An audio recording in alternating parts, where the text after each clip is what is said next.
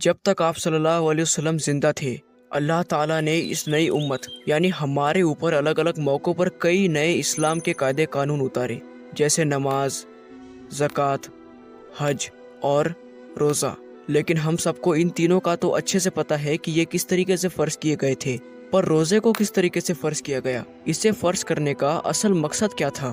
دراصل پہلے مسلمان صرف 10 محرم کا روزہ رکھتے تھے، کیونکہ یہ یہودیوں کا طریقہ تھا اور نبی صلی اللہ علیہ وسلم نے بھی اسے جاری رکھا تھا۔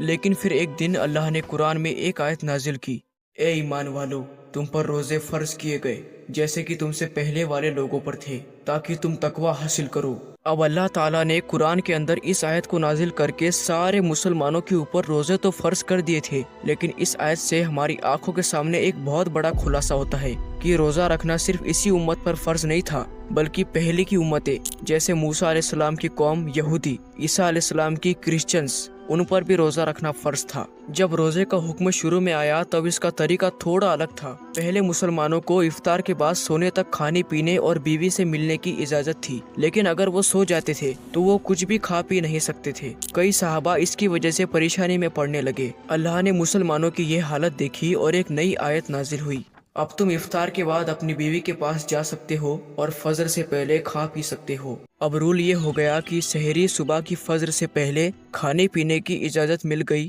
اور رمضان کے روزے پوری طریقے سے آسان بن گئے۔ اب روزہ رکھنا دھیرے دھیرے عام ہونے لگا۔ اللہ تعالیٰ نے روزے صرف بھوکے پیاسے رہنے کے لیے نہیں، بلکہ تقوی، اللہ کا ڈر اور سیلف کنٹرول حاصل کرنے کے لیے فرض کیے۔ نبی کریم صلی اللہ علیہ وسلم نے فرمایا، روزہ رکھنا صرف بھوکا پیاسا رہنے کا نام نہیں ہے، بلکہ بری عادتوں سے بچنا، گندی زبان اور برے عمل چھوڑنے کا نام ہے۔ جب رمضان میں روزے مسلمانوں کے اوپر فرض ہوئے تب زکوٰۃ الفطر یعنی غریبوں کی مدد کرنے کو بھی ضروری کر دیا گیا، تاکہ رمضان میں کوئی غریب بھوکا نہ رہے۔ اس کے علاوہ رمضان کے بعد عید الفطر منانے کا بھی حکم دیا گیا، تاکہ مسلمان پورے مہینے کی عبادت کرنے کے بعد اللہ کا شکر ادا کرے اور خوشی منائے۔ اب ہمارے معاشرے میں کچھ لوگ ایسے بھی ہیں جو روزے نہیں رکھتے اور اللہ کے اس حکم کو اہمیت نہیں دیتے، تو میری اس بات کو غور سے سنو۔ حدیث میں آیا ہے کہ اگر کوئی شخص ایک روزے کو بنا کسی وجہ کے چھوڑ دیتا ہے تو اگر وہ پوری زندگی بھر بھی روزے رکھے پھر بھی وہ اس ایک چھوڑے ہوئے روزے کی برابری نہیں کر سکتا۔ اگر عذاب کی بات کرے تو جو شخص روزہ نہیں رکھتا اسے قیامت کے دن کافی سخت عذاب دیا جائے گا، جیسے کہ اس کے جبڑے کو پھاڑا جائے گا اور پھر جوڑا جائے گا اور پھر سے پھاڑا جائے گا۔ اس پروسیس کو بار بار کیا جائے گا۔ ہاں، کچھ کنڈیشنز ہے جس میں آپ روزہ توڑ یا چھوڑ سکتے ہو، اسے پاز کر کے پڑھو۔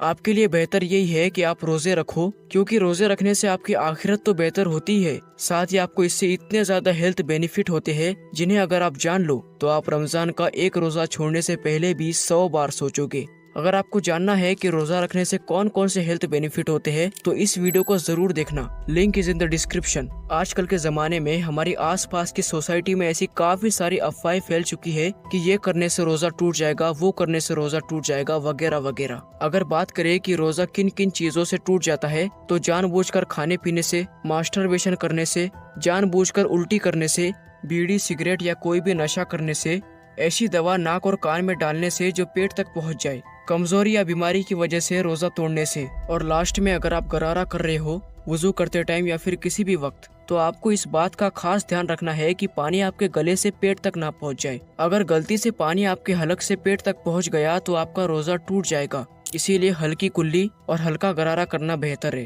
تاکہ رسک کم ہو۔ اب ایسی کچھ باتیں بتاتا ہوں جو کہ لوگوں کو لگتا ہے کہ ان سے روزہ ٹوٹ جاتا ہے، لیکن اصل میں ان سے روزہ نہیں ٹوٹتا۔ غلطی سے کھانے پینے سے روزہ نہیں ٹوٹتا، بنا طاقت والے انجیکشن لینے سے روزہ نہیں ٹوٹتا، خود بخود الٹی آنے سے روزہ نہیں ٹوٹتا، آنکھوں میں کاجل، سرما یا آئی ڈراپ ڈالنے سے روزہ نہیں ٹوٹتا، اگر آئی ڈراپ کا پانی پیٹ تک نہ جاتا ہو تو بلڈ ٹیسٹ کرانے یا پھر خون نکالنے سے روزہ نہیں ٹوٹتا، منہ سے لار یعنی تھوک نکلنے سے روزہ نہیں ٹوٹتا، اور آخر میں دانت سے خون نکلنے پر بھی روزہ نہیں ٹوٹتا۔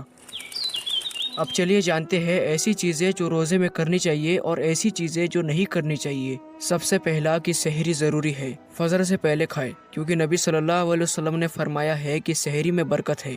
دوسرا، افطار میں دیری نہ کرے، سورج ڈوبتے ہی روزہ کھول لے، کیونکہ حدیث میں آیا ہے کہ لوگ تب تک بھلائی میں رہیں گے جب تک کوئی افطار جلدی کریں گے، اور نماز کا خاص دھیان رکھے، 5 وقت کی نماز پڑھے اور تراویح پڑھنا ضروری ہے۔